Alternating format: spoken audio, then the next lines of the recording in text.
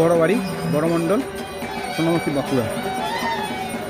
এখানে যে পুজোটা হয় মোটামুটি 300 বছরের পুরনো। এটা বড় বাড়ির মন্দির, অনেক প্রাচীন মন্দির। এবং প্লেস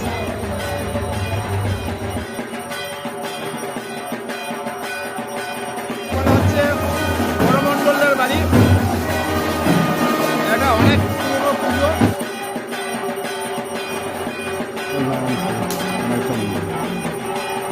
মাইটো মণ্ডলের পুজো, বাঁকুড়া পাত্রসাহেব।